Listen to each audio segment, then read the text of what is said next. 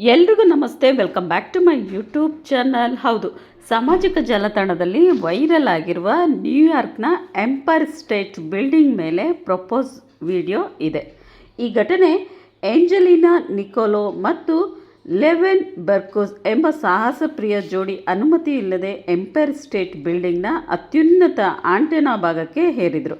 ಸುಮಾರು 1454 ಅಡಿ ಎತ್ತರದಲ್ಲಿ ಬ್ಯಾನರ್ ಪ್ರದರ್ಶಿಸಿ ಅಲ್ಲೇ ಯುವಕ ಯುವತಿಗೆ ಮದುವೆ ಪ್ರಪೋಸ್ ಮಾಡಿದನು.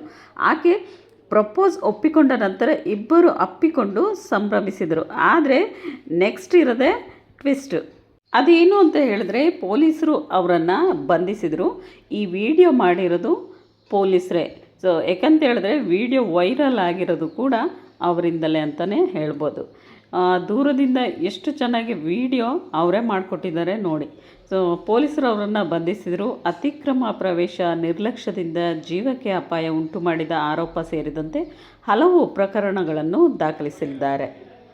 ನೋಡಿ, ಆ ಬ್ಯಾನರ್ ಇಟ್ಕೊಂಡಿದ್ದಾರಲ್ಲ, ಆ ಬ್ಯಾನರಲ್ಲಿ ಪ್ರೀತಿಯಿಂದ ಮಾತ್ರ ಜಗತ್ತನ್ನು ಗೆಲ್ಲಲು ಸಾಧ್ಯ ಅಂತ ಹೇಳಿದರೆ, ಪೊಲೀಸರು ಬಂಧಿಸಿದ ತಕ್ಷಣ ಅವರಿಬ್ಬರ ಮುಖದಲ್ಲಿ ನಗು, ಯಾವುದೇ ರೀತಿಯ ದುಃಖ ಇರಲಿಲ್ಲ. ಸೊ ಸಂತೋಷದಿಂದನೇ ಇಬ್ಬರು ಅಪ್ಪಿಕೊಂಡು ಅರೆಸ್ಟ್ ಆದರು ಅಂತ ಹೇಳ್ಬೋದು. ರೊಮ್ಯಾಂಟಿಕ್ ಕ್ಷಣಕ್ಕಿಂತಲೂ ಅತ್ಯಂತ ಅಪಾಯಕಾರಿ ಸಾಹಸ ಎಂದು ಹೆಚ್ಚು ಚರ್ಚೆಗೆ ಕಾರಣವಾಗಿದೆ. ಕೆಲವರು ಇದನ್ನು ಪ್ರೀತಿಯ ವಿಭಿನ್ನ ಅಭಿವ್ಯಕ್ತಿ ಎಂದರೆ, ಇನ್ನೂ ಕೆಲವರು ಸಾರ್ವಜನಿಕ ಸುರಕ್ಷತೆಗೆ ಅಪಾಯ ಎಂದು ಟೀಕಿಸಿದ್ದಾರೆ. ಸೊ ಈ ವಿಡಿಯೋ ನಿಮ್ಗೆ ಹೇಗೆ ಅನ್ನಿಸ್ತು? ಸೊ ನೋಡಿ, ಈ ವಿಡಿಯೋ ಮಾಡಿರೋದು ಕೂಡ ಪೊಲೀಸರೇ ಅಂತ ಹೇಳಿದ್ರೆ ನಂಬ್ತೀರಾ? ಹೌದು, ಯಾಕೆಂದರೆ ಸಾಕ್ಷಿಗೆ ಬೇಕಲ್ವ. ಸೊ ಹಾಗಾಗಿ ಬಂಧಿಸಿದ್ದಾರೆ. ಬಂಧಿಸಿದ ತಕ್ಷಣ ಇಬ್ಬರ ಮುಖದಲ್ಲೂ ಸ್ವಲ್ಪನೂ ಬೇಜಾರಿಲ್ಲದೆ ಅಪ್ಪಿಕೊಂಡು ಅರೆಸ್ಟ್ ಆಗಿರುವಂತಹ ಘಟನೆ. ಸೊ ಇದೊಂದು ಸಾಮಾಜಿಕ ಜಾಲತಾಣದಲ್ಲಿ ವೈರಲ್ ಆಗಿದೆ.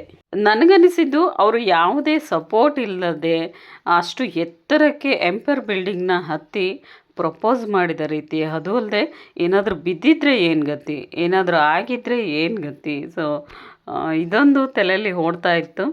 ಸೊ ಏನೇ ಆಗಲಿ ತುಂಬ ಕೇರ್ಫುಲ್ಲಾಗಿ ಮತ್ತೆ ಅವ್ರನ್ನ ರಕ್ಷಿಸಲಾಗಿದೆ ಅಂತ ಹೇಳ್ಬೋದು. ರಕ್ಷಿಸಲಾಗಿದೆ ಅನ್ನೋದಕ್ಕಿಂತ ಅವರೇ ಇಳಿದಿದ್ದಾರೆ. ಸೊ ನಂತರ ಅರೆಸ್ಟ್ ಆಗಿರೋ ಅಂಥದ್ದು.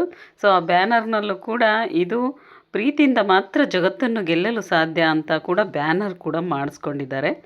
ಸೊ ಈ ವಿಡಿಯೋ ನಿಮಗೆಲ್ಲರಿಗೂ ಹೇಗೆ ಅನ್ನಿಸ್ತು ಅನ್ನೋದನ್ನ ಕಮೆಂಟ್ ಬಾಕ್ಸಲ್ಲಿ ತಿಳಿಸಿ.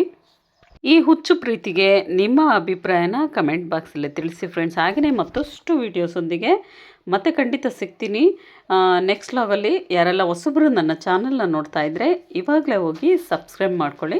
ಮತ್ತಷ್ಟು ವೀಡಿಯೋಸೊಂದಿಗೆ ಮತ್ತೆ ಸಿಗ್ತೀನಿ. ಟೇಕ್ ಕೇರ್ ಎಲ್ರಿಗೂ.